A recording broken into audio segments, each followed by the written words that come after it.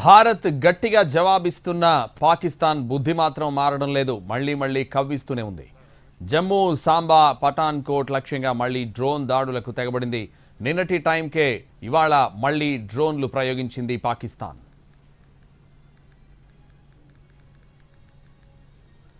IMF bailout ప్యాకేజీపై చర్చ సందర్భంగా భారత్ అభ్యంతరం తెలిపింది. ముఖ్యంగా పాకిస్తాన్కున్న ఆర్థిక ఇబ్బందుల దృష్ట్యా బెయిల్అవుట్ ప్యాకేజ్ కోరుతోందని ఆరోపించింది. బెయిల్అవుట్ ప్యాకేజ్ ఇస్తే దాన్ని ఉగ్రవాదం ప్రోత్సాహానికి వాడుతుందని భారత్ ఆరోపించింది. పాకిస్తాన్ ఎప్పుడు ఐఎంఎఫ్ నిబంధనలను అమలు చేసిన రికార్డ్ లేదని గుర్తు చేసింది భారత్. చర్చ సందర్భంగా నిరసన తెలిపిన భారత్ ఓటింగ్కు దూరంగా ఉంది. పాకిస్తాన్తో యుద్ధ వాతావరణం నెలకొన్న నేపథ్యంలో భారత ఆర్మీ చీఫ్కు కేంద్రం మరిన్ని అధికారాలను అప్పగిస్తూ కీలక నిర్ణయం తీసుకుంది. అవసరమైతే సరిహద్దు ప్రాంతాల్లో డ్రోన్లు, మిసైల్స్తో దాడులకు దిగుతున్న పాక్ బలగాలను తిప్పికొట్టేందుకు అవసరమైతే సరిహద్దు టెరిటోరియల్ ఆర్మీని రంగంలోకి దించాలని నిర్ణయించింది. భారత ఆర్మీ చీఫ్ ఉపేంద్ర ద్వివేదికి మరిన్ని అధికారాలను అప్పగించింది. అవసరమైతే టెరిటోరియల్ ఆర్మీని రంగంలోకి దించాలని సూచించింది. ప్రత్యర్థులతో తలపడేందుకు భారత ఆర్మీతో కలిసి పనిచేసేందుకు ఈ టెరిటోరియల్ ఆర్మీ సిద్ధంగా ఉంటుంది. రెగ్యులర్ ఆర్మీలో ఇది భాగమే అయినప్పటికీ అవసరమైన సందర్భంలోనే ఈ టెరిటోరియల్ ఆర్మీ రంగంలోకి దిగుతుంది. ముఖ్యంగా ప్రకృతి వైపరీత్యాల సమయంలో టెరిటోరియల్ ఆర్మీ సిద్ధంగా ఉంటుంది. 1962, 1965, 1971 యుద్ధాల్లోనూ భారత సైన్యంతో కలిసి టెరిటోరియల్ ఆర్మీ పనిచేసింది. రెగ్యులర్ ఆర్మీకి సెకండరీ ఫోర్స్గా ఉండే టెరిటోరియల్ ఆర్మీలోని సిబ్బందికి నేషనల్ ఎమర్జెన్సీ, అంతర్గత భద్రతా విధులకు సంబంధించి శిక్షణ ఇస్తూ ఉంటారు. ప్రస్తుతం 32 టెరిటోరియల్ ఆర్మీ ఇన్ఫాంట్రీ బెటాలియన్స్ ఉన్నాయి. టెరిటోరియల్ ఆర్మీ అధికారులు సిబ్బందిని పిలిచే అధికారాన్ని ఆర్మీ చీఫ్కు కల్పించింది. రెగ్యులర్ ఆర్మీతో కలిసి పనిచేసేందుకు సిద్ధంగా ఉండాలని సూచించింది.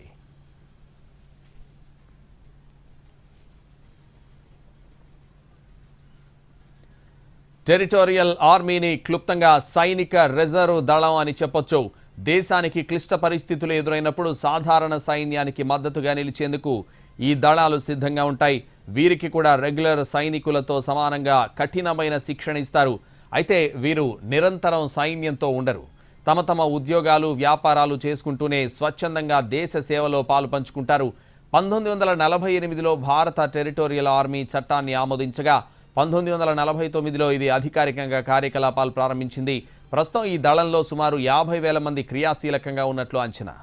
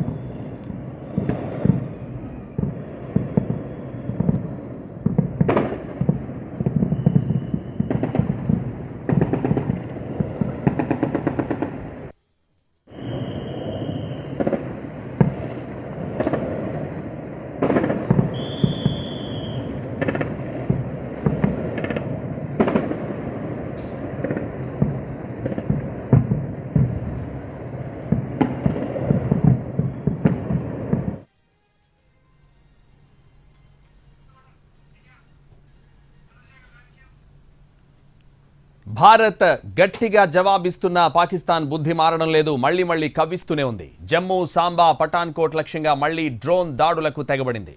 నిన్నటి టైంకే ఇవాళ మళ్లీ డ్రోన్లు ప్రయోగించింది పాకిస్తాన్. ఇప్పటిదాకా 100 డ్రోన్లను భారత్ బలగాలు కూల్చేశాయి. ప్రస్తుతం యుద్ధ పరిస్థితులకు సంబంధించి న్యూస్ రూమ్ నుంచి మా ఇన్పుట్ ఎడిటర్ చంద్రశేఖర్ మరింత సమాచారం అందిస్తారు. చంద్రశేఖర్, మొత్తానికి పాకిస్తాన్ రెండో రోజు కూడా తన వక్రబుద్ధిని చూపిస్తూ ఉంది. భారతదేశంలో పహల్గాంలో 25 మంది భారతీయుల్ని, ఒక నేపాలీని, మొత్తం 26 మందిని పొట్టన పెట్టుకున్న ఉగ్రవాదులను హతమార్చడం కోసం 9 చోట్ల దాడులు చేసింది. ఆ 9 చోట్ల ప్రపంచానికి భారతదేశం చెప్పింది, మేము మా దేశం మీద దాడి చేసి అమాయకులు పొట్టన పెట్టుకున్న వాళ్ళను వేటాడతారని చెప్పాం. వాళ్ళు ఎక్కడైతే తయారయ్యారో, ఎక్కడైతే లాంచ్ ప్యాడ్లుగా వచ్చారో ఆ పిఓకేలో కానీ కొంత పాకిస్తాన్ ఉన్న ప్రాంతంలో కానీ వాళ్ళందరినీ కూడా ఏరివేస్తామని చెప్పి ఏరివేసాము, అంతటితోటి మా మిషన్ అయిపోయింది, ఆపరేషన్ సింధూర్ అని చెప్పింది. అయితే పాకిస్తాన్ తన వక్రబుద్ధితోటి నిన్నటి రాత్రి నుంచి కూడా భారతదేశం మీద అదే పనిగా దాడి చేస్తూ ఉంది. డ్రోన్లు టర్కీ నుంచి కొనుగోలు చేసుకున్న డ్రోన్లు వందల కొద్దీ భారతదేశంలోకి వదులుతూ ఉంది. నిన్న 300 నుంచి 400 డ్రోన్లు మొత్తం ఇక్కడ చూసుకుంటే జమ్మూ, పంజాబ్, రాజస్థాన్, చండీగఢ్, గుజరాత్ ఈ మొత్తం ప్రాంతం అంతా కూడా ఈ మొత్తం ప్రాంతంలో పాకిస్తాన్ కాన్సన్ట్రేషన్ చేసింది. ఎందుకంటే ఈ ఏరియా అంతా కూడా పాకిస్తాన్కు దగ్గరగా ఉంటుంది, ఈ ఏరియా అంతా కూడా. దానికోసం అని చెప్పేసి ఈ ప్రాంతాన్నే పాకిస్తాన్ బాగా టార్గెట్ చేసింది. ఈ ప్రాంతంలోనే ఎక్కువ టార్గెట్ చేసి ఇక్కడే ఈ డ్రోన్లను కూడా వినియోగిస్తూ ఉంది. ఈరోజు కూడా ఇప్పటివరకు అందుతున్న సమాచారం ప్రకారం చూస్తే దాదాపు 100 డ్రోన్లను టర్కీలో తయారైన 100 డ్రోన్లు పాకిస్తాన్ ప్రయోగిస్తూ ఉంది. చీకటి పడగానే వెలుతురు ఎప్పుడైతే పోయిందో వెంటనే పాకిస్తాన్ ఆర్మీ రంగంలోకి దిగి అదే పనిగా ఒక్కొక్క ప్రాంతం నుంచి 30-40 డ్రోన్లను భారతదేశం మీదకి ప్రయోగిస్తూ ఉంది. జన అవసరాల మీదకి ఈ డ్రోన్లు వస్తున్నాయి. అయితే అదృష్టవశాత్తు పాకిస్తాన్ దుశ్చర్యలను అడ్డుకోవడం కోసం భారత ఆర్మీ సంసిద్ధత ఉంది. ఎప్పటికప్పుడు వచ్చిన డ్రోన్ను వచ్చినట్టుగా కూల్చేస్తున్నారు. శ్రీనగర్ ఎయిర్పోర్ట్ మీద కూడా ఒక డ్రోన్ని ప్రయోగించారు. అక్కడ వరుసగా 7-8 డ్రోన్లు రావడం, వాటిని వెంటనే కూల్చేయడంతో ఎయిర్పోర్ట్కి ఎటువంటి డ్యామేజ్ కాలేదని అధికారులు చెప్తున్నారు. ఇప్పటివరకు కూడా న్యాయం మన వైపు ఉంది, ధర్మం మన వైపు ఉందా అన్నట్టుగా భారతదేశం వైపుకు వస్తున్న ఏ డ్రోన్ కూడా భారతదేశానికి అలాగే భారతీయ పౌరులకు తీవ్రస్థాయిలో నష్టం చేయలేకపోయింది, ఆస్తులకు నష్టం చేయలేకపోయింది. సమర్థవంతంగా భారతదేశం పాకిస్తాన్ చేస్తున్న ఈ దాడులను తిప్పికొడతా ఉంది. కేవలం టర్కీ నుంచి వచ్చిన డ్రోన్లు మాత్రమే పాకిస్తాన్ భారతదేశం మీద ప్రయోగిస్తూ ఉంది. భారతదేశం ఒక స్పష్టమైన కారణంతో ఆపరేషన్ సింధూర్ చేపట్టింది. ఏప్రిల్ 22న 26 మందిని పొట్టబెట్టుకున్న పహల్గామ్ సంఘటన తర్వాత భారతదేశం ఆచితూచి వ్యవహరించింది. ఎక్కడైతే తీవ్రవాదుల తయారీ కర్మాగారాలు ఉన్నాయో, ఎక్కడైతే తీవ్రవాదులు తయారై భారతదేశం మీదకి వస్తున్నారో, ఎక్కడైతే తీవ్రవాదులు తయారు చేసే మదర్సాలు ఉన్నాయో వాటన్నిటిని కూడా టార్గెట్ చేసుకొని స్పష్టమైన లక్ష్యాలను పెట్టుకొని మొన్న రాత్రి బుధవారం రాత్రి 1:05 నుంచి 1:30 అంటే 25 నిమిషాల్లో మొత్తం 9 ప్రాంతాల్లో డ్రోన్తోటి మిసైల్ తోటి దాడి చేసి లక్ష్యాలను పూర్తి చేసుకుంది. ప్రపంచం అంతా కూడా ఎక్కడా కూడా దీని మీద వ్యతిరేకత రాలేదు. ఎందుకంటే ప్రపంచానికి అంతా తెలుసు ఈ ఉగ్రవాదులు అనే వాళ్ళంతా కూడా పాకిస్తాన్లో పుడుతున్నారు, పాకిస్తాన్లో తయారవుతున్నారు, ప్రపంచం మీద పడుతున్నారు. దీన్ని ఏ దేశం కూడా ఖండించలేదు. ఇక ఇంతటితో ఆపండి అని పాకిస్తాన్కు శుద్ధులు కూడా చెప్పారు అనేక దేశాలు. అమెరికా చెప్పినా, చైనా చెప్పినా, రష్యా చెప్పినా, చిన్న పెద్ద దేశం అయితే లేకుండా ప్రతి దేశం కూడా పాకిస్తాన్కు పదే చెప్పింది ఇక ఇంతటితో ముగించండి, మీరేమీ భారతదేశం మీదకి వెళ్లాల్సిన అవసరం లేదు, భారతదేశం తప్పేమీ చేయలేదు, ఉగ్రవాదం ఏ రూపంలో ఉన్నా ఎక్కడున్నా కూడా దాన్ని అంతమొందించాల్సిందని ఈ పాకిస్తాన్కు పదే బుద్ధి చెప్పే ప్రయత్నం ప్రపంచ దేశాలన్నీ చేశాయి. కానీ ప్రపంచ దేశాలు ఎంత చెప్పినా కూడా పాకిస్తాన్ వక్రబుద్ధి మారలేదు. కేవలం ఉగ్రవాదులను చంపారన్న కారణంతో వాళ్ళేదో స్వతంత్ర సమరయోధులు అన్నట్టుగా వాళ్ళందరికీ ఆర్మీని పంపి, పోలీసులు పంపి, అధికార లాంఛనాలతో అంత్యక్రియలు చేసిన పాకిస్తాను గత రాత్రి నుంచి కూడా అదే పనిగా పాకిస్తాన్ వైపు నుంచి మన దేశం మీదకి ఈ డ్రోన్లు ప్రయోగిస్తూ ఉంది. మన దగ్గర అత్యాధునికమైన ఆయుధాలు ఉన్నాయి. గేమ్ చేంజర్గా పిలుచుకునే కొన్ని ఆయుధాలు ఎప్పటికప్పుడు ఈ డ్రోన్లను తిప్పికొడతా ఉన్నాయి. నిన్న లాహోర్ మీదకి వెళ్ళిన మన డ్రోన్ అక్కడ ఉన్న గగనతల రక్షణ వ్యవస్థను ధ్వంసం చేసి వచ్చింది. అంతవరకు మాత్రమే భారతదేశం పరిమితమైంది. భారతదేశానికి పాకిస్తాన్ మీద మరే ఇతర యాంగిల్స్లో కూడా ఆగ్రహం కానీ కోపం కానీ లేదని స్పష్టంగా చెప్పింది. ఎక్కడైతే ఉగ్రవాదులు ఉన్నారో వాళ్ళ అనుపానాలు లేకుండా చేయడం, వాళ్ళ ఆనవాళ్ళు అనేవి మేము కనిపెట్టి అక్కడ స్పష్టంగా నిర్దేశించిన లక్ష్య ప్రకారం చేశాము. ఎక్కడా కూడా సివిలియన్స్ అంటే ప్రజల జోలికి వెళ్ళలేదు.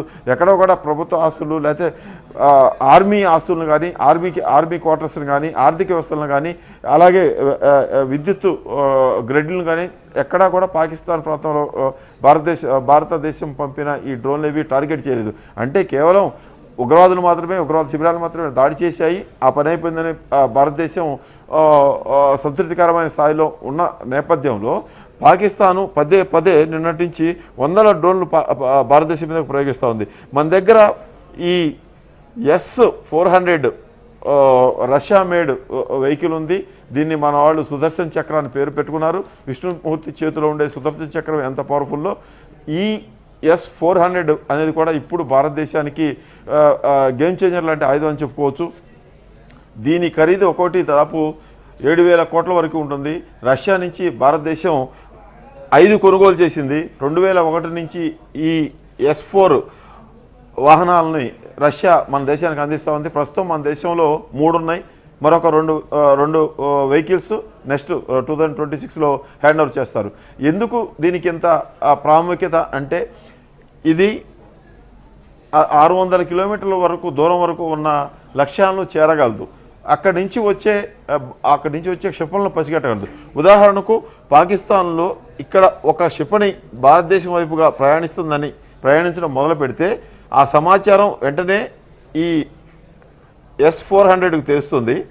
ఈ పాకిస్తాన్లో బయలుదేరిన ఈ 600 కిలోమీటర్ల దూరం నుంచి బయలుదేరిన ఈ క్షిపణి 150 కిలోమీటర్లకు వచ్చే దూరం వరకే. అంటే ఈ క్షిపణి 450 కిలోమీటర్లు వెళ్తుంది. పాకిస్తాన్లో బయలుదేరిన క్షిపణి 150 కిలోమీటర్ల దూరం వచ్చేలోపే ఈ S-400లో ఉన్న క్షిపణులు దానికి ఎదురు వెళ్ళి అంటే 450 కిలోమీటర్లు వేగంగా వెళ్ళి 450 కిలోమీటర్ల దూరంలోనే దీన్ని టార్గెట్ చేసి ఇక్కడ పడేసే సామర్థ్యం దీనికి ఉంది. దీంట్లో 4 రకాలైన క్షిపణులు 40 కిలోమీటర్ల దూరం నుంచి 400 కిలోమీటర్ల దూరం వరకు ఉపయోగించగల క్షిపణులు తీసుకెళ్లగల సామర్థ్యం దీనికి ఉంది.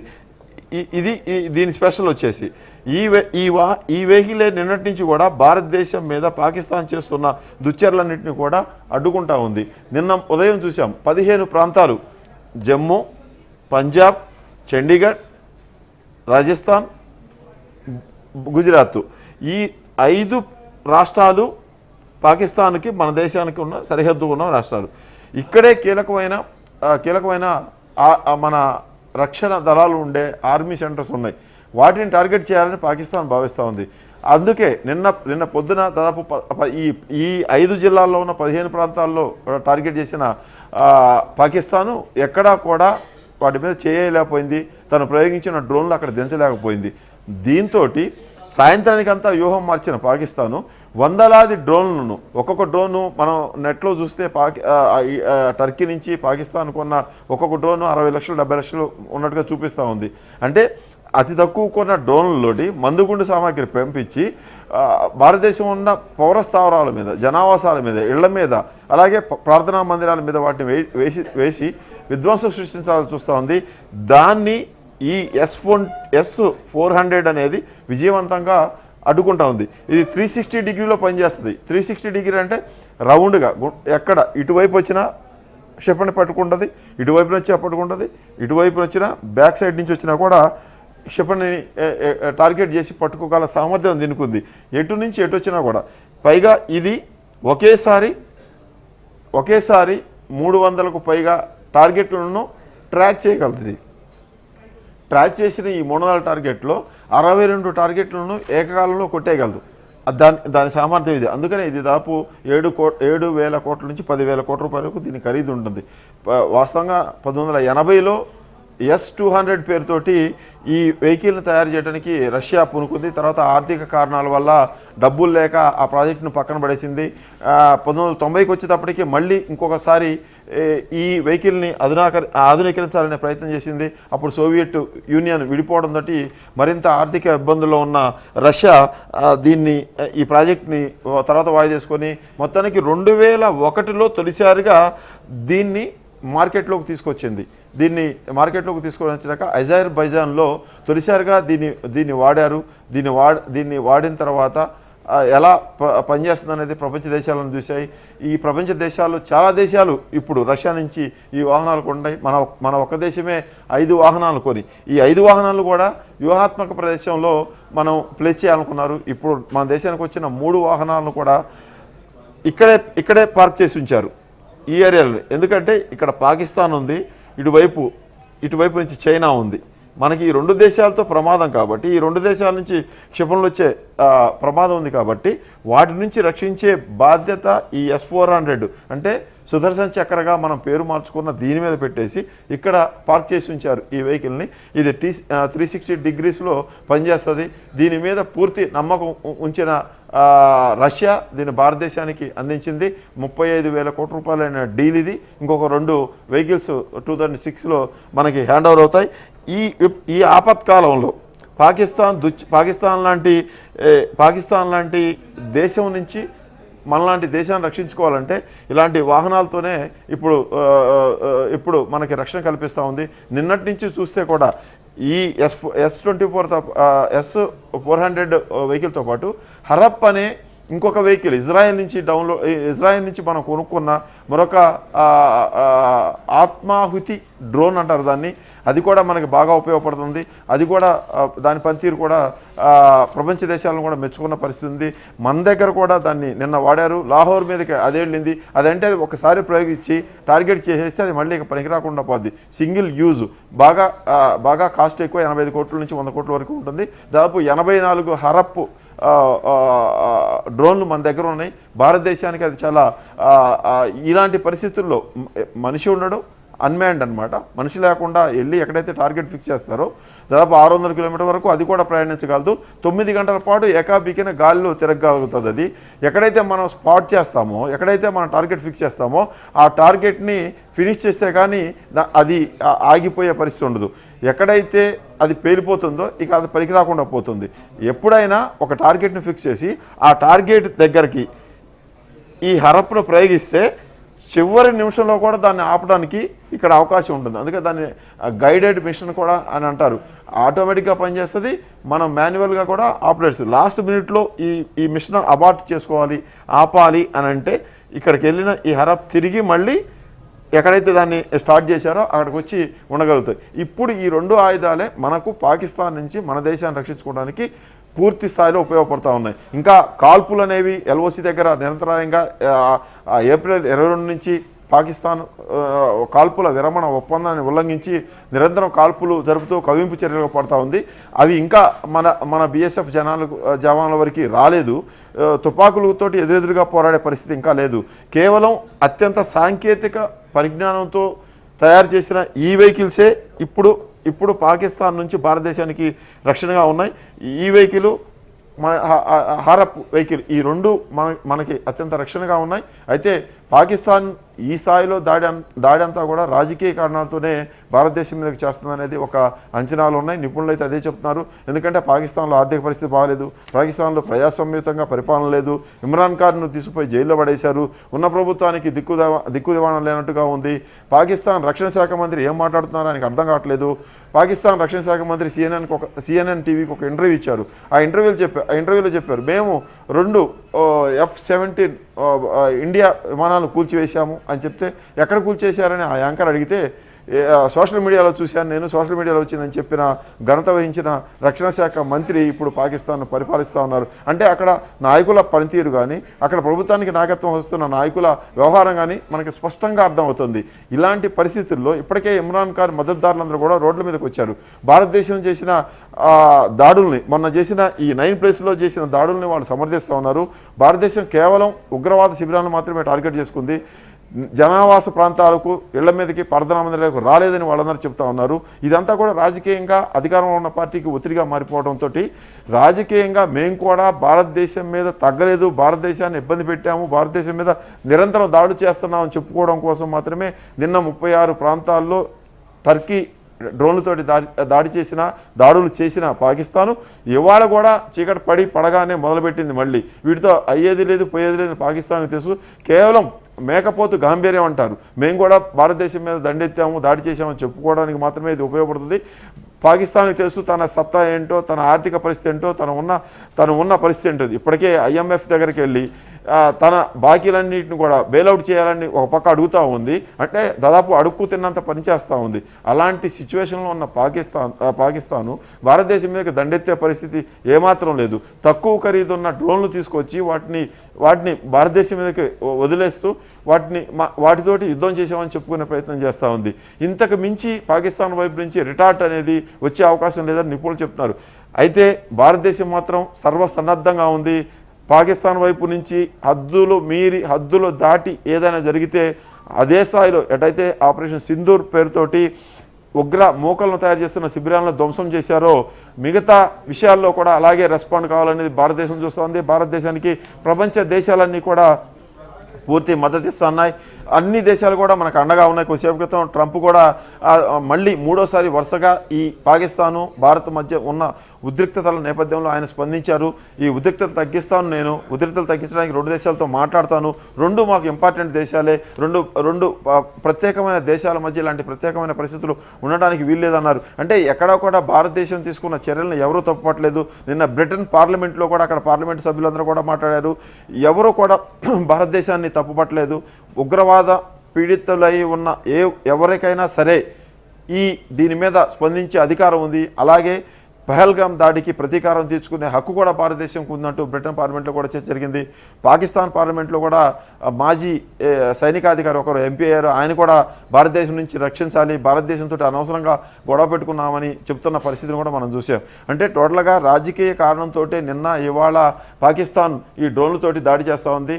భారతదేశం సహనానికి ఓర్పుకి నిదర్శనం కాబట్టి ఎంతవరకు పాకిస్తాన్ ఈ డ్రోన్ తోటి భారతదేశం మీద దాడి చేయగలుగుతుంది, ఎంత ఇబ్బంది పెట్టగలదు అనే దాని మీద అంచనాలు ఉంది.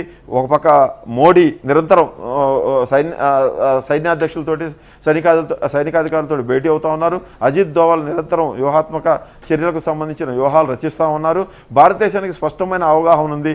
ఏం చేస్తే పాకిస్తాన్ ఏం చేస్తుందనే దాని మీద అవగాహన ఉంది. మనం ఉగ్రవాద శిబిరాలు 9 చోట్ల ఉన్న ఉగ్రవాద శిబిరాల మీద దాడి చేసాం, 80 నుంచి 100 మంది చనిపోయారని చెప్పాము. అలాగే జైషే మహమ్మద్ హెడ్ క్వార్టర్ ఉన్న బహల్పూర్లో కూడా దాడి చేసాం.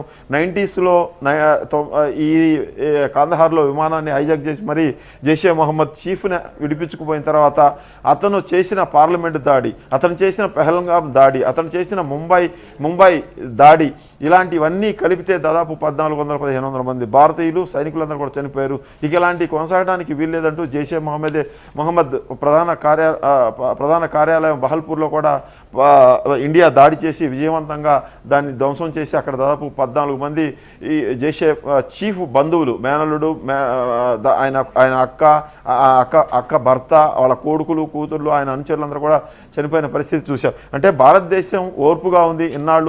ఇన్నాళ్ళు ఓపిక పడి చూసింది. పాకిస్తాన్ తీరు మార్చుకోవాలని హెచ్చరించింది. ఒక పక్క పాకిస్తాన్ 75 ఏళ్లలో రోజు రోజుకు దిగజారిపోగా ఆర్థిక పరిస్థితి వైపు నుంచి కోలుకునే పరిస్థితికి ఏమాత్రం రాలేదు. కానీ భారతదేశం ఎదుగుతూ ఉంది. ప్రపంచ ఆర్థిక వ్యవస్థల్లో 5వదిగా ఉంది. 4వ స్థానానికి ఎగబట్టడానికి తీవ్రంగా కృషి చేసుకుంటుంది, సొంతంగా ఎదుగుతుంది భారతదేశం. కానీ పాకిస్తాన్ కేవలం భారతదేశం ఎదుగుతుంది, భారతదేశం ప్రపంచ దేశాల్లో ఒక ఉన్నత స్థాయికి ఎదుగుతుందనే కక్షతోటి నిరంతరం ఈ పనికిమాలిన వ్యక్తుల్ని ఉగ్రవాదులుగా, ఆత్మహత్య దళాలుగా తీర్చిదిద్ది తయారు చేసి భారతదేశంలోకి వెళ్తుంది. ఈ సంఘటనతో దీనికి పూర్తిగా ఫుల్ స్టాప్ పెట్టాలని చూస్తున్న భారతదేశం ఈసారి గట్టిగానే స్పందించింది. భారతదేశం ఓపికతోటి ఎదురు చూస్తూ ఉంది. హద్దుమీరిన పాకిస్తాను హద్దుమీరి ఇంకెక్కడికైనా వస్తే కనుక ఖచ్చితంగా దానికి అదే స్థాయిలో బుద్ధి చెప్పడానికి కూడా సిద్ధంగా ఉంది. తొందరపాటు నిర్ణయాలకు ఏది కూడా భారతదేశం సిద్ధంగా లేదని అర్థమవుతోంది. ఇప్పుడు కేవలం ఉగ్రవాద శిబిరాల మీద చేసిన దాడికి ప్రతీకారంగా డ్రోన్ దాడి మాత్రమే పాకిస్తాన్ చేస్తూ ఉంది. ఆ డ్రోన్ల దాడి పరిధి దాడి యువతల వైపుకు ఏమాత్రం వచ్చినా కానీ భారతదేశం మీదకి వచ్చిన, భారతదేశంలో ఉన్న పౌరులకు భారీ స్థాయిలో నష్టం కలిగించిన, భారతదేశంలో ఉన్న ఆర్మీ వ్యవస్థకు భారీ స్థాయిలో నష్టం కలిగించినా కూడా దాని పరిణామాలు నెక్స్ట్ లెవెల్లో ఉండే అవకాశం ఉంటుంది. కాబట్టి అంత ప్రమాదాన్ని చూస్తూ పాకిస్తాన్ తెచ్చుకునే అవకాశాలు ఎట్టి పరిస్థితులు లేవని అంచనా అయితే వస్తున్నాయి. ఇదంతా కేవలం రాజకీయంగా ప్రభుత్వం తన మీద వస్తున్న విమర్శలను కప్పిపుచ్చుకోవడానికి మేము దాడులు చేసాం, ప్రతిదాడులు చేసామని చెప్పుకోవడానికి మాత్రమే నిన్న ఇవాళ చేస్తున్న దాడులు నిన్నటితో పోలిస్తే ఈరోజు కొంత తగ్గిందని చెప్పుకోవచ్చు. ఇప్పటివరకు మనకు అందుతున్న సమాచారం ప్రకారం 100 వరకు డ్రోన్లను పాకిస్తాన్ ప్రయోగించింది. ఇంకా లెక్కలోకి రావాల్సినవి కూడా ఉన్నాయి. ఎక్కడా కూడా నష్టం చేయలేకపోతా ఉంది. నిన్న కానీ ఈరోజు కానీ డ్రోన్లు వస్తున్నాయి, పడిపోతున్నాయి, కొన్ని అయితే పేరట్లేదు. నిన్న చూసాం చైనా మేడ్ డ్రోన్లు కొన్ని పేలిపోకుండా దొరికిపోయాయి. వీటి మీద బయట సోషల్ మీడియాలో జోకులు కూడా వస్తున్నాయి. పాకిస్తాన్ చైనా క్షిపణులు కొనే కంటే చైనా తయారు చేసిన ఫోన్లు కొనుక్కుంటే అవన్నీ తొందరగా పేలిపోయాయి, పేలుళ్ళు జరిగాయి అని. అలాంటి పరిస్థితుల్లో పాకిస్తాన్ ఉంది. ఒక పెద్ద దేశం, ఇంపార్టెంట్ దేశం, ఆసియా ఖండంలో ఉన్న పాకిస్తాను ఇలాంటి ఉగ్రవాద మూకలకి మద్దతు ఇస్తూ తన పరువు తాను తీసుకుంటూ ఆర్థికంగా ఎదగలేక ఆర్థికంగా పీకలోతు కష్టాల్లో ఉన్న పరిస్థితి ఉంది. ఈ డ్రోన్ దాడిని భారతదేశం నిశ్చితంగా గమనిస్తూ ఉంది. ఈ పరిధి దాటి ఏమాత్రం వచ్చినా భారతదేశ ఉనికికి ఏమాత్రం ప్రమాదకరంగా పాకిస్తాన్ ఈ మిలిటరీ చర్యలకు దిగినా కూడా దాని పర్యవసానం నెక్స్ట్ లెవెల్లో ఉండే అవకాశం ఉంటుంది. కాకపోతే పాకిస్తాను ఉన్న ఫలంగా ఇప్పుడు మొదటి రోజు భారతదేశం బుధవారం రాత్రి ఎప్పుడైతే ఆ 9 ఉగ్రవాద శిబిరాల మీద దాడి చేసిందో ఆ రోజే ఎందుకు తిప్పి కొట్టలేకపోయాం మనం అంటూ పాకిస్తాన్ పౌరులు, పాకిస్తాన్ ప్రతిపక్ష పార్టీలన్నీ కూడా పాకిస్తాన్ నాయకత్వాన్ని ప్రశ్నిస్తున్నాయి. అరగంట పాటు భారతదేశ యుద్ధవిమానాలు పాక్ భూభాగానికి చుట్టుపక్కల మోహరించి పాక్ పీఓకేతో పాటు పాకిస్తాన్లో ఉన్న కొన్ని ప్రాంతాల్లో ఉన్న ఈ ఉగ్రవాద శిబిరాల మీద దాడి చేస్తూ ఉంటే కనీసం ఒకటి కూడా ప్రతిదాడి చేయలేదు. ఎందుకు చేయలేదు అనేది విమర్శించారు. ఇది కేవలం భారతదేశానికి పాకిస్తాన్ పాలకులు భయపడి మాత్రమే చేయలేదంటూ తీవ్ర విమర్శలు సామాన్య ప్రజలు కూడా మాట్లాడిన పరిస్థితి చూశాం. అంటే రాజకీయంగా ఇబ్బందికరమైన పరిస్థితి అక్కడ ప్రభుత్వానికి ఏర్పడింది. ఆ ఏర్పడిన దాని మీదనే మేము కూడా భారతదేశం మీద దండెత్తామని చెప్పుకున్నారు. వాస్తవంగా ఆ రోజు తిప్పికొట్టడంలో పాకిస్తాను తనంతట తాను విఫలమైందా లేకపోతే భారతదేశం చేస్తుంది కరెక్టా అని ఆ ప్రభుత్వం అనుకున్నది తెలియదు. కానీ మొత్తానికి భారతదేశం తన 9 టార్గెట్లను విజయవంతంగా రీచ్ అయింది, ఆ టార్గెట్లను కొట్టేసింది. ఇప్పుడు పాకిస్తాను నిన్నటి నుంచి చేస్తున్న ఈ పిచ్చుక మీద బ్రహ్మాస్త్రం లాగా ఈ డ్రోన్లతోటి భారతదేశం మీదకి రావడానికి ఈ ఏరియా అంతా 5 జిల్లాలు, దాదాపు నిన్న పొద్దున్న 15 ప్రాంతాలు, నిన్న రాత్రికి వచ్చేటప్పటికి 36 చోట్ల, ఇప్పుడు దాదాపు ఇంకొక 26 చోట్ల ఇలా డ్రోన్ దాడులు చేసుకుంటూ వెళ్తా ఉంది.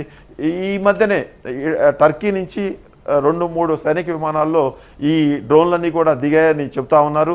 ఎన్ని డ్రోన్లు పాకిస్తాన్ దగ్గర ఉంది, అవి ఎన్నిటిని ఇలా భారతదేశం మీదకి ప్రయోగించి వాటిని నష్టం చేసుకుంటుందో చూడాల్సిన పరిస్థితి కూడా ఉంది. భారతదేశం ఎక్కడ కూడా తొందరపడలేదు. కేవలం భారతదేశానికి రక్షణ వ్యవస్థగా ఉన్న కొన్ని ఆయుధాలను మోహరించింది, అవే వాటి పని చూస్తున్నాయి. ఎల్ఓసి మొత్తం కూడా భారత ఆర్మీ సిద్ధంగా ఉంది. భారతదేశం మొత్తం కూడా ప్రభుత్వానికి అండగా నిలిచింది, ఆర్మీకి అండగా ఉంది. అనంతపురం జిల్లాకు సంబంధించిన ఒక యువకుడు అగ్నివీర్ నిన్న జరిగిన కాల్పుల్లో మరణించారు. దానికి కూడా అన్ని పార్టీలు సంతాపం తెలియజేశాయి. మొత్తానికి ఈ జరుగుతున్న ఈ డ్రోన్ దాడి వల్ల ఇప్పటికైతే భారతదేశానికి జరిగిన నష్టం అనేది చాలా తక్కువ అని చెప్పాలి. కేవలం పాకిస్తాన్ ప్రయోగించిన డ్రోన్లు మాత్రమే నష్టపోతున్నాయి. నష్టపోయిన డ్రోన్లకి లెక్క కట్టుకోవడమే పాకిస్తాన్ సరిపోయింది. కానీ భారతదేశాన్ని కదిలించేంత శక్తి పాకిస్తాన్కు లేదని తెలుసు. కేవలం ఆత్మస్థుతి కోసం, ఆత్మరక్షణ కోసం చేసుకున్నామని రాజకీయంగా చెప్పుకోవడానికి వీలుగా మాత్రమే ఈ దాడి చేస్తున్నామని మనం చెప్పుకోవచ్చు. సంతోష్. చంద్రశేఖర్, అయితే ఒకవైపు భారత్, అలాగే మరోవైపు పాకిస్తాన్కి బెలూచిస్తాన్ లిబరేషన్ ఆర్మీ కావచ్చు, అలాగే ఇందాక రీసెంట్గా తెహరీక్ ఈ తాలిబాన్లు కూడా పాకిస్తాన్ ఆర్మీని టార్గెట్ చేస్తూ దాదాపు 25 మంది పాక్ సైన్యాన్ని కూడా మట్టుబెట్టాయి. అయినా సరే పాక్ ధైర్యం ఏంటి? పాక్ కవ్వింపు చర్యలకు పాల్పడుతున్న పరిస్థితులు ఎందుకు? అంటే చైనా పరోక్షంగా పాకిస్తాన్ని ఇండియాపై ఎగదోయడమే కారణమా? చైనా ఎగదోసినా పాకిస్తాను మన మీదకి వచ్చి చేసేది ఏముండదు. చైనా ఎంతవరకు ఉంటుందంటే చైనా తన అవసరాలను పాకిస్తాన్ నుంచి తీర్చుకోవడానికి వరకు మాత్రమే పాకిస్తాన్కి తోడు ఉంటుంది. ఇప్పుడు పాకిస్తాన్ వాడుతున్న ఆయుధాల్లో సింహభాగం అంటే ఎక్కువ టాపు మొత్తం క్షిపణులు అవన్నీ కూడా చైనా నుంచి కొన్నవి, చైనా మేడ్వే. అంటే ఏదైనా వ్యాపారం ఒకరు చేస్తే ఆ వ్యాపారానికి ఎవరైతే కస్టమర్ ఉన్నారో, ప్రధానమైన కస్టమర్ ఉన్నారో వాళ్ళు జాగ్రత్తగా చూసుకుంటారు. ఇప్పుడు చైనా కూడా చేస్తుంది అదే. చైనా వెనకుండి పాకిస్తాన్ ముందుకు తోస్తే పాకిస్తాన్ వచ్చి భారతదేశం మీద యుద్ధానికి దిగే సాహసం లేదు. ఇంకా యుద్ధం అనే వరకు రాలేదు ఈ వ్యవహారం. యుద్ధం దాకా వెళితే ఇప్పటికే 3 సార్లు యుద్ధం జరిగింది. స్వతంత్రం వచ్చి రాగానే ఒకసారి భారతదేశం చేతిలో పాకిస్తాన్ దెబ్బతిన్నది. ఆ తర్వాత 61లో మళ్ళీ దెబ్బతిన్నది. మొన్న కార్గిల్లో దెబ్బతిన్నది. ఇక చిన్న చితక రెగ్యులర్గా జరుగుతూ ఉన్నాయి. ఇప్పుడు 4వసారి అవుతుంది. ఇప్పుడు ఏం జరుగుతుందో కూడా తెలుసు. పాకిస్తాన్కు ఉన్న ఆర్థిక పరిస్థితి, పాకిస్తాన్కు ఉన్న రక్షణ వనరుల పరిస్థితి కూడా స్పష్టంగా కనిపిస్తూ ఉంది. నక్కకు నాగలోకానికి ఉన్నంత తేడా ఈ ఆర్మీ ఆర్థిక బలంలో మనకి పాకిస్తాన్కి తేడా ఉంది. పాకిస్తాన్కి తెలుసు పాకిస్తాన్ ఒక పక్క ఉక్కిరిబిక్కిరవుతుంది ఆర్థిక సమస్యలతోటి, రాజకీయ సమస్యలతోటి. 75 ఏళ్ళ నుంచి బలూచిస్తాన్ లిబరేషన్ ఆర్మీ తాను ఒక ప్రత్యేక దేశం ఇవ్వాలని పోరాడుతూ ఉంది. ఆ పోరాటం ఈ మధ్య కాలంలో మరింత ఎక్కువైపోయింది. నిన్న మొన్న చూసాం, ట్రక్కులను పేల్చేస్తూ ఉంది బలూచిస్తాన్ ఆర్మీ, లిబరేషన్ ఆర్మీ. ఇవాళ కూడా తెహ్రీక్ వాళ్ళు కూడా 20-25 మంది పాకిస్తాన్ సైనికులను చంపేశామని చెప్తారు. అంటే అన్సర్టనిటీ అనేది పాకిస్తాన్ రాజకీయాల్లో స్వతంత్రం వచ్చిన దగ్గర నుంచి ఉంది. ఆ స్వతంత్రం వచ్చిన దగ్గర నుంచి కూడా ఈ అన్సర్టనిటీతో ఆ దేశం అల్లాడుతూ ఉంది. అందుకనే ఎదగలేకపోయింది. ఇప్పుడు బలూచిస్తాన్ లిబరేషన్ ఆర్మీ స్పీడ్ పెంచింది. ఎప్పుడైతే పాకిస్తాన్ మొత్తం తన కాన్సన్ట్రేషన్ భారతదేశం మీద పెట్టిందో, బలూచిస్తాన్లో జరుగుతున్న ఈ వేర్పాటు ఉద్యమం మీద పెట్టలేకపోయింది. దాంతో వాళ్ళు కొంచెం రెచ్చిపోయి ఎక్కువగా యాక్షన్ తీసుకుంటున్నారు. బలూచిస్తాన్ అనేది ఒక సంస్థానం. భారతదేశానికి పాకిస్తాన్కి ఒకేసారి స్వతంత్రం వచ్చినప్పుడు, భారతదేశం నుంచి పాకిస్తాన్ విడిపోయినప్పుడు, పాకిస్తాన్ ముస్లిం దేశంగా విడిపోయినప్పుడు బలూచిస్తాన్ కూడా ప్రత్యేక దేశంగా ఏర్పడతానని ఒక ప్రపోజల్ చేసింది. అయితే అప్పుడు పాకిస్తాన్ బలవంతంగా ఆ సంస్థానాన్ని తన దేశంలో కలుపుకుంది. అప్పటి నుంచి కూడా బలూచిస్తాన్లో ఉన్న తెగంతా కూడా ఈ సపరేట్ దేశం కోసం పోరాడుతూ ఉన్నారు. ఈ మొత్తం పాకిస్తాన్ విస్తీర్ణంలో 44% వరకు బలూచిస్తాన్ ఉంటుంది. అంటే విస్తీర్ణ పరంగా 100 ఎకరాలు అనుకుంటే 44 ఎకరాల విస్తీర్ణంలో బలూచిస్తాన్ ఉంటుంది. జనాభా వరకు వచ్చేటప్పటికి కేవలం 7% మాత్రం ఉంటుంది. పాకిస్తాన్ జనాభా ఇప్పుడు చూసుకుంటే దాదాపు 27-28 కోట్లు అని చెప్తా ఉన్నారు. అంటే బలూచిస్తాన్లో ఉండేది 3-4 కోట్ల మంది ఉంటారు. ఆ 3-4 కోట్ల మంది తమకు ప్రత్యేక దేశం కావాలని కోరుతున్నారు, పోరాడుతూ ఉన్నారు. ఇప్పుడు వాళ్ళు సందట్లో సాడామే అన్నట్టు భారతదేశం నుంచి తీవ్రమైన ఒత్తిడి ఎదుర్కొంటూ, ఇబ్బందులు ఎదుర్కొంటూ ఉన్న పాకిస్తాన్ని అటు నుంచి బలూచిస్తాన్ వాళ్ళు కూడా దాడి చేస్తూ ఉన్నారు. వాళ్ళు కూడా దాడి చేసి సైనికుల్ని మట్టు పెడతా ఉన్న పరిస్థితి. ఇంకోవైపు ఈ ఆఫ్ఘనిస్తాన్ ఇటువైపు ఉన్న తెహ్రీక్ తాలిబాన్ వాళ్ళు కూడా ఈ పాకిస్తాన్ మీద దాడి చేస్తున్నారు. ఇలా ఒక్కొక్క తెగ పాకిస్తాన్ మీద దండెత్తుతూ ఉంది. ఆ సమస్యను పరిష్కరించలేకపోతుంది. ఇక్కడికి వచ్చి నేను కాశ్మీర్ సంగతి తెలుస్తాను, కాశ్మీర్లో ఉన్న ముస్లింలు ఎవరు కూడా సంతృప్తికరంగా లేరంటూ కొత్త భాష్యం చెబుతూ ఉంది. ఇదే ఇప్పుడు సమస్య అయిపోయింది. మొన్న పాకిస్తాన్ టీవీకి సంబంధించి పాకిస్తాన్ టీవీలో ఒక డిస్కషన్ చూసాము. ఒక యాంకరు ఒక జర్నలిస్ట్ని అడుగుతూ ఉంది. జర్నలిస్టు 30-35 ఇయర్స్ ఉండదు. ఏం జరుగుతుంది అక్కడ, ఏమిటి గొడవ, ఎందుకు పాకిస్తాన్ ఈ సమస్యల్లో వచ్చిందని అంటే ఆమె చెప్తా ఉంది, ఇద్దరు ప్రేమించుకున్నారు. అంటే పాకిస్తాను, కాశ్మీరు. ఆ ప్రేమించిన అమ్మాయికి ఇంకొక వ్యక్తితో పెళ్ళయింది. అంటే భారతదేశంతో పెళ్ళైన కాశ్మీరు వెళ్ళిపోయింది. కానీ పాకిస్తాన్ ఏమంటుంది, కాశ్మీర్ని పెళ్లి చేసుకున్న భారతదేశం సరిగ్గా చూసుకోవట్లేదు, కాశ్మీర్ కన్నీరు పెడతా ఉంది, కాశ్మీర్ మనసు బాగాలేదు కాబట్టి నేను ఊరుకోను, నేను ఆమె తరపున పోరాడతాను, ఈ గొడవంతా చేస్తున్నారు.